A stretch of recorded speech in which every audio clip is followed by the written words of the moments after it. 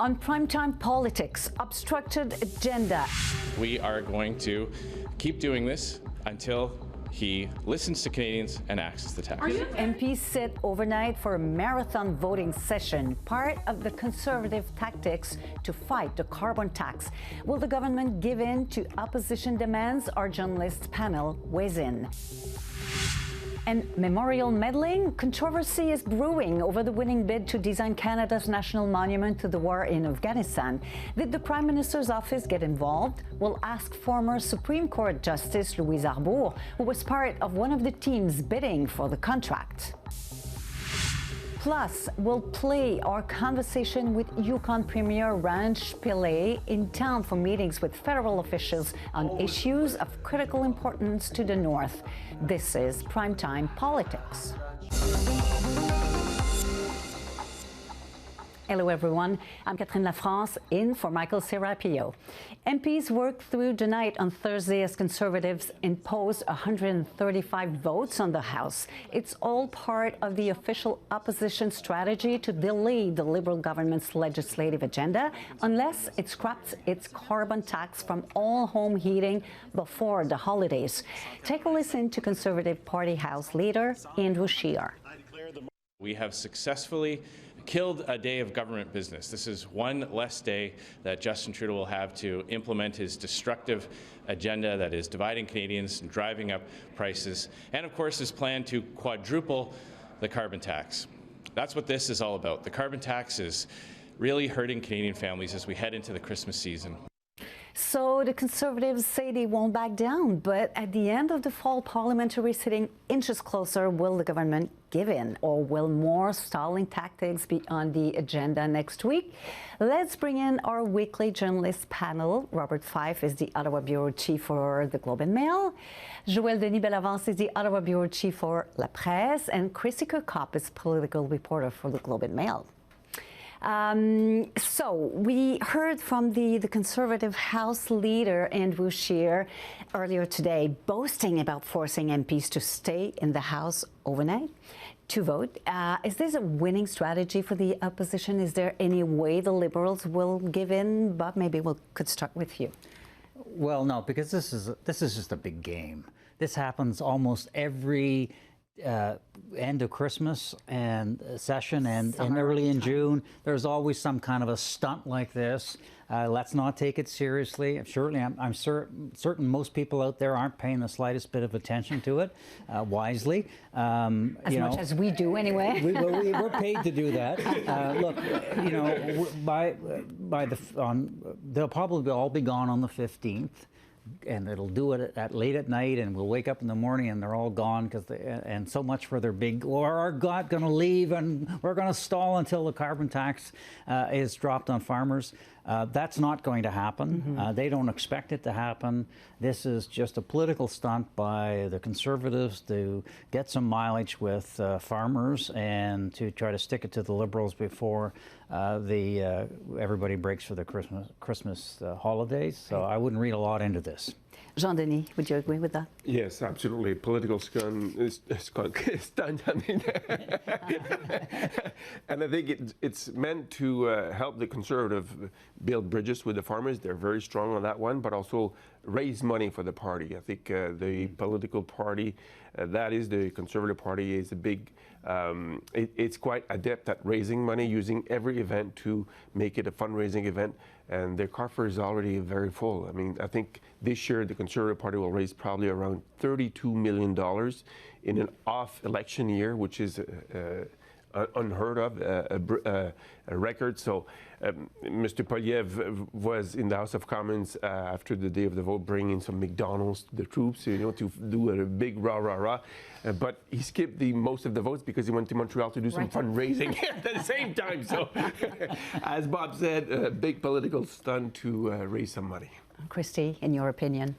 Yeah, I think a big part of this is the Conservative leader. Actually, you could see it kind of in the video, which was posted on his own account. But he, I think is trying to give the base a bit of red meat. Honestly, I guess with the burgers that he also was serving to the caucus, and kind of trying to dial up that support and to show, as Bob and JD were mentioning, that they're really sticking it to the Liberals. I thought it was interesting. The Prime Minister came out.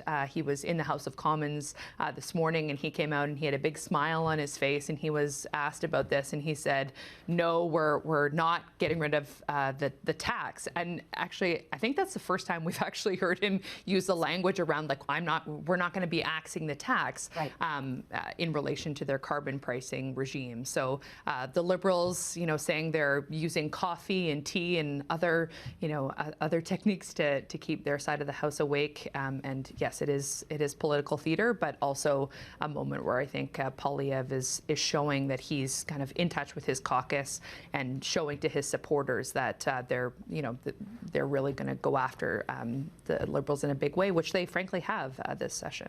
Okay, so the Conservatives seem proud of the fact that they've successfully obstructed the Liberal agenda, at least for a couple of days. But there's some pretty critical work left before the holidays, thinking of affordability measures, sustainable job legislation, the fall economic statement. Do you think Canadians view this as an appropriate use of Parliament's time? In one word, do they care? I'll start with you. Well, it's Christmas holiday season approaching. I think most people are actually holiday shopping right now, Christmas holiday shopping. I don't think they think about politics.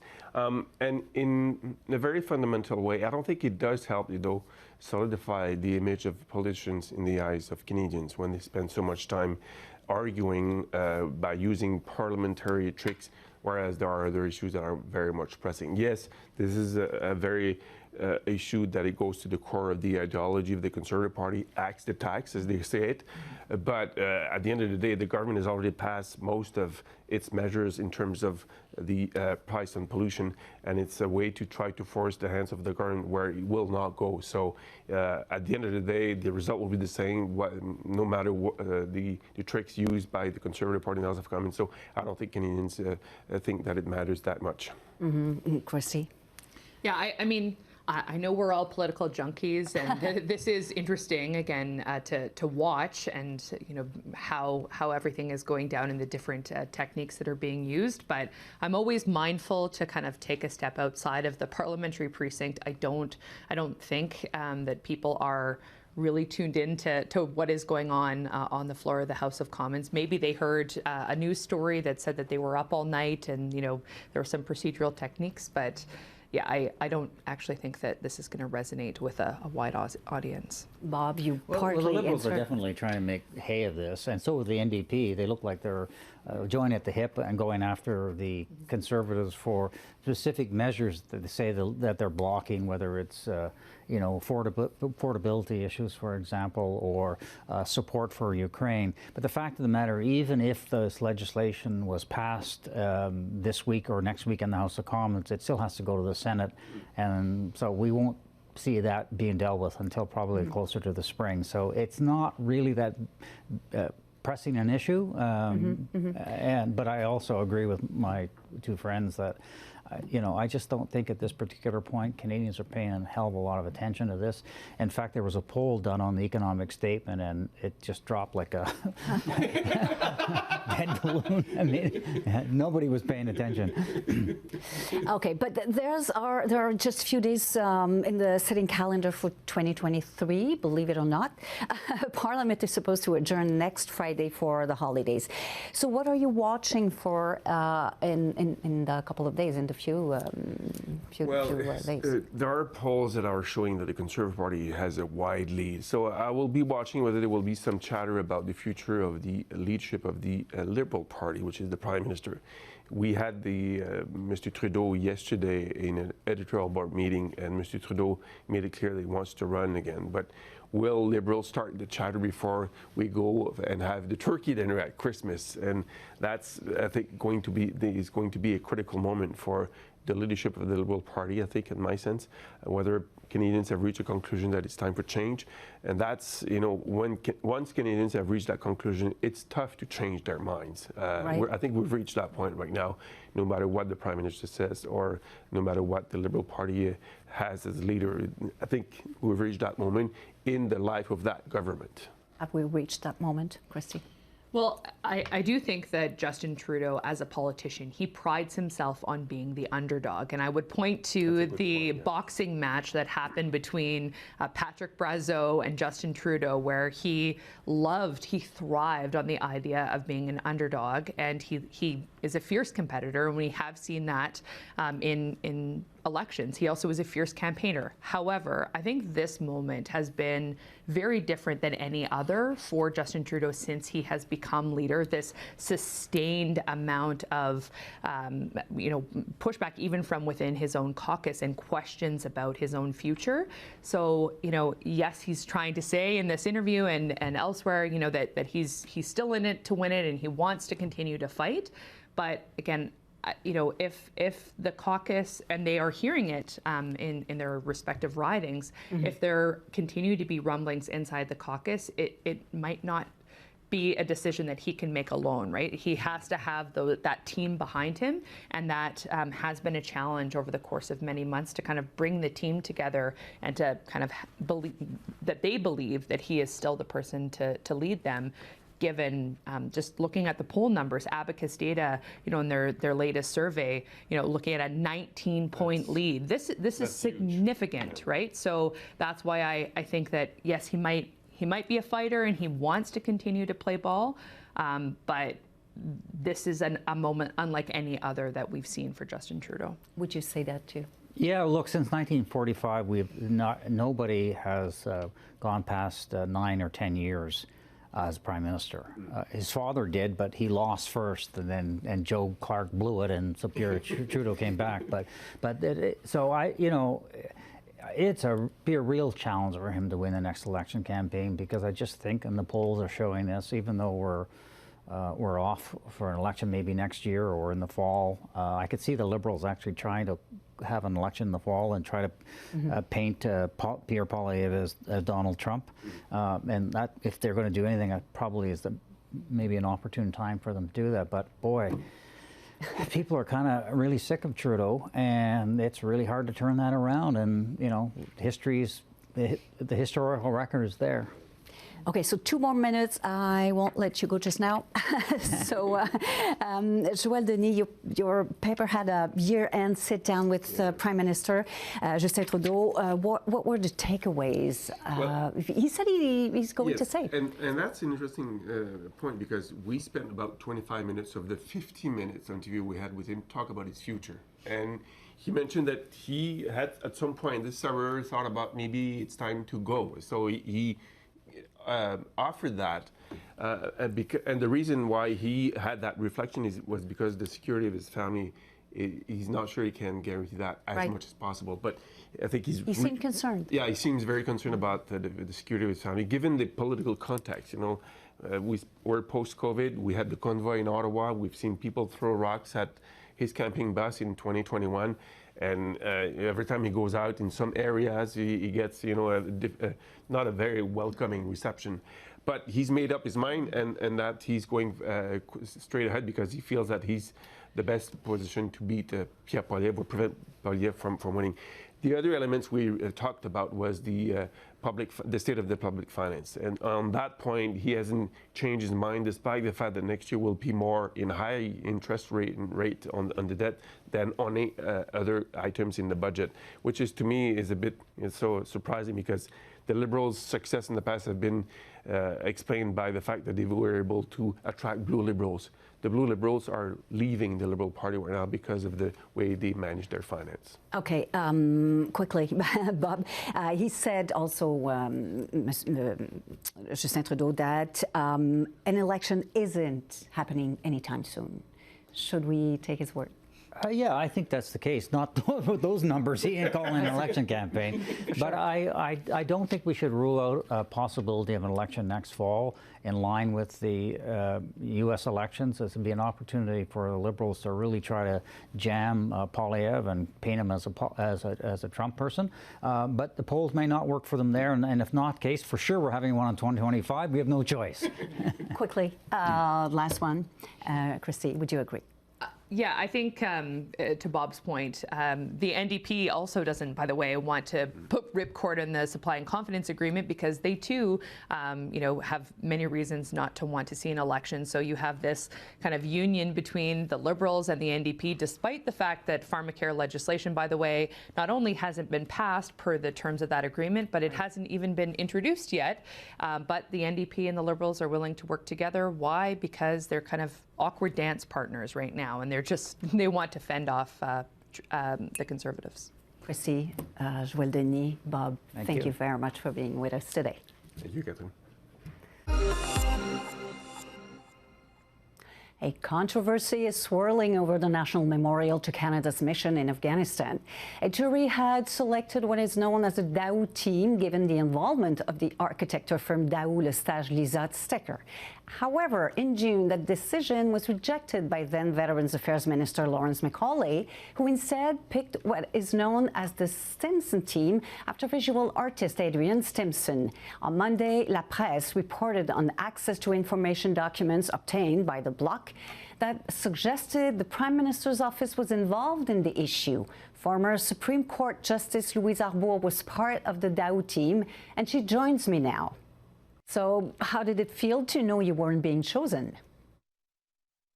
Actually, it was, I think, shocking. It's probably the first thing that comes to mind. I have to say I had to read the letter twice, which said, literally, even though you have been selected by the jury as having won the competition, the Government of Canada has decided to give the contract to another team. I thought I must have misread that. This can't be true. And with, of course, no opportunity to make any kind of representation. This was a couple of hours before the press conference. So yeah, shocking. And then getting into a little more details about it and thinking about it, it's more than shocking. It's completely unacceptable. And the Bloc has obtained documents suggesting the Prime Minister's office was involved in that decision. Is it acceptable to you? Quite honestly, the documentation that I've seen, it's very difficult. A lot of the things are caviardé, comment on dit, redacted, so you can't tell, like, for instance, it seems like they got an opinion from the Justice Department as to whether this was open, but it's all scratched out. So what level of involvement the Prime Minister, we wrote a letter to the Prime Minister in, I think, mid-September, copying all the ministers who may have any kind of involvement. So Heritage, Veterans Affairs, Global Affairs, there were lots of civilians in that mission, Public Works, Treasury Board. We copied all these ministers, telling the government this is not acceptable. There's a lot of outrage out there, urging the Prime Minister's office to reverse that decision, whoever made it, because technically it was supposed to be made by the Ministers of Heritage and Veterans Affairs, and to reverse it. And we never got any answer. We got an acknowledgement or received a letter, 15th September. No answer from anybody. And in the meantime, several of these ministers, I could tell you, have called me on occasions to ask an opinion, not a retainer or anything, just, what do you think of? I take their calls. Nobody is getting to us. So what we know so far, what we heard is that a spokesperson for the Veterans Affairs Minister said the Stimson team's design was favored in a 2021 online survey. She said the majority of the people who commented on the designs were veterans, their families, and others who served on the mission. Isn't it reasonable that they want to respect veterans' preferences? It was part of the rules of the contest. Of course, I think public acceptability in public arts, it's perfectly fine to ask the public what they think. But that's not the content. These were not the rules. The rules provided that the result of that survey were to be made available to the jury, which they were, and the jury took that into account as one of the elements upon which they had to make the decision. And furthermore, we were supposed to be given an opportunity to make a presentation to the public before, to explain our monument is in the eyes of some very abstract. And so all the teams were supposed to be invited to make a public presentation before the survey. That didn't happen. But the jury had the results of the survey in hand, took it into account, and despite all that, gave it some weight. But there was never any suggestion that this decision would be made on the basis of a public opinion survey. And I can assure you, if that had been the case, I don't think the team of which I was a member would have bothered. This is not the way sophisticated presentation of a public art project is to be evaluated. Mm-hmm. And what would you like to see happen from here? What should happen, in your opinion? The government should reverse a decision for which it has zero support. We've seen all the opposition parties, and this is not, small politics, game playing, including a couple of members of the Liberal parties, agree that this was a mistake. It's very easy, and the government has done it in the past, really to their credit, to apologize for historical mistakes. Well, it's a lot easier to apologize for the mistakes of others than to recognize your own them, and even better, correct them in real time, which is right now. I think the government should recognize that this is a very bad precedent for the allocation of public work through procurement processes, not only in the architecture field, but in public works generally. Very bad precedent, very public, that the government essentially doesn't follow its own rules. So they should immediately say, in retrospect, this was a mistake. They were rules, we should have followed them, and they should award us the contract. Mrs. Arbour, thank you very much for being with us today. My pleasure. Officials from the Yukon government and Yukon First Nations were in town earlier this week to meet with the federal government. It's a series of Yukon days, and they include talks on housing, healthcare, infrastructure, and critical minerals.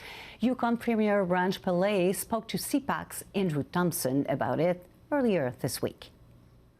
Well, let's hear more about those meetings from Yukon Premier Ranj Pillai. He is with me in studio. Premier, good to see you. Thanks for having me. Now, 2 weeks ago, you said that you had been disappointed in the federal government's fall economic statement because there was no new funding for infrastructure and that there was nothing new in terms of disaster response after what has been a terrible wildfire season. So in Ottawa this week, talking about priorities for Yukon, what have you been hearing back from the federal government? Yeah, look, we know there's lots of restraints on the fall economic statement, and we know that there's challenging times when it comes to building out the 24 budget as well. But look, I think that we had some promising meetings. I think the conversations with the Prime Minister as well as the Finance Minister have given us some hope about what we can see going into the spring. It was my role as the chair of Western Premiers Conference that is where we actually had communicated with the Prime Minister and said, look, we really think we're in a position right now to look at mitigation, especially for forest fires after last summer. So we're going to still be pushing and hope to see something in the springtime that can help us to make sure our communities are ready for next summer. Now, you actually visited our set at the Liberal Convention earlier this year, also here in Ottawa, and you talked with Michael Serapi about the importance of critical minerals to Yukon's economic future. You talked about the need for a regulatory framework to really let that sector take off and how that might affect Yukon. What specifically are you looking for from the federal government, and what did you hear back from the Prime Minister on this? Look, it's a priority here in Canada. It's a priority all around the world. We had an opportunity last week, to be in London at an international resource conference. There was ministers that got together at Westminster to talk about this. There is a real focus throughout the EU, Canada, Australia. People know that we need to get this right. The meetings were good this week. I had a chance again to bring up the fact that we need some work done on the regulatory side with the Prime Minister, and we need the right infrastructure in place to make these projects happen. And I think the other conversation that was really important was with Seamus O'Regan yesterday, who's chairing the regulatory table around critical minerals, and it was a good conversation. I mean, what we've said in Ottawa this week is really, look, first thing you have to do is make sure that the relationship with First Nations is right. Make sure that companies are coming and meeting with First Nation governments first and foremost, and then we have to make sure we have the infrastructure and the regulatory regime in place to really seize this opportunity. All right, well, let's turn to housing. Sure. A lot of topics on your agenda this week, and not enough time to talk about it all. So let's talk about housing. What do you see as the key barriers to getting more affordable housing in Yukon? Look, we've had really strong economic growth over the last number of years. We've had the strongest population growth from a percentage standpoint in the country, really from 2013 to now. So we need to have different types of housing, and we've had real pressure. And so what we're looking for, I'm in Toronto tomorrow, and it's really looking at institutional investment. It's looking at pension funds. It's looking at folks that have a long-term view to these investments. We need more rental housing. We need market rental as well as affordable housing. So we're hoping to match that money up with builders and developers in the Yukon so we can come up with the right solutions for the growth of our economy. And so what do you think of the debate over housing that we have here in Ottawa right now between Liberals, between the Liberal government on one hand and what we're hearing from the Conservative leader just recently in his 15-minute video about the housing market? Yeah, look, I think that everybody tries to make it more simplistic than it is. It's a complex conversation.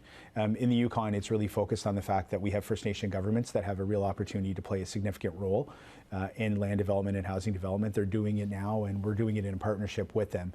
I met with Minister Fraser. I like what I'm hearing about how he wants to tackle some of the challenges. So the key is there's been good announceables, but now we have to see the real program development come in. We need to see deployment of capital. We need to make sure that the deployment of capital is done right with as much reduction in regulatory or challenges that we can possibly have. We want to make sure the application processes are streamlined, and we have to do this quick. So I think that's what I'm hearing from Minister Fraser. Now we have to make sure that CMHC can get that done across this country. Okay, let's turn to healthcare. As part of your visit here this week, your government signed a letter of intent for a Yukon First Nations-led healing center. Tell me about the significance of that and what it's going to mean. Yeah, look, I think it's important for the country to know, and for your listeners, we were here because we were celebrating the unique relationship between the Yukon government and First Nations leaders and the federal government. And it's all based in work from 50 years ago called Together Today for Our Children Tomorrow. And so we were celebrating that on the Hill. The first major policy piece that we looked at while we were here was Minister Hadju coming in and signing an agreement with our First Nation governments and the Yukon government exactly for this particular project. It's really important. This is a challenge across the country, but it's a big challenge in the Yukon. We've dealt with a real challenge with opioids, and we need to have the right infrastructure in place. So good leadership by First Nations governments in the Yukon and the federal government working alongside Yukon government. So we're happy to see that happen. Okay, let me end with a question for you about carbon pricing. Sure. A lot of debate here in Ottawa today on carve-outs, on exemptions. We know there's been an exemption for home heating oil. We know there's work being done on heat pumps. We know there are calls for exemptions for First Nations, for farmers. Where is that debate for you as Yukon Premier right now? Yeah, look, this is, of course, premiers got together in Halifax, and the real discussion was, let's make sure that we have an approach to the country that's balanced. And I think I spoke to the fact that there was a bit of a carve out in Atlantic Canada. Some of that has affected us. We do have an opportunity to pull some program dollars back to the Yukon, and we're going to do that. Look, we are on the front lines of climate change, and yes, this has become a political football. But the reality is we have floods and fires happening in our backyard. I know in the Yukon, Yukoners want us to do the right thing. We want to be on the right side of history, and we want to make sure that there's a strategy to deal with climate change. And there's a lot of rhetoric on some sides, and we feel that the work that's been done over the last couple of years, we need to stick with that work. What we're doing is the price on carbon that we have, we give most Yukoners get more money back than what they paid. We think that structure and system is solid. But when you start to tweak little areas of it, it really starts to erode. And so we've said that to the Prime Minister's office, we've said that to the other ministers, and we really need to ensure that we don't lose sight of this really, really important challenge in front of all of us, not just in Canada, but across the world. Okay, we'll have to leave it there. Yukon Premier Ranj Pillai, I want to thank you so much for coming in. Yeah, thank you for having me. Thank you. And that's our show for this Friday, December the 8th. I'm Catherine Lafrance in Ottawa. Thanks for joining us for Primetime Politics here on CPAC. We'll see you again. Good night.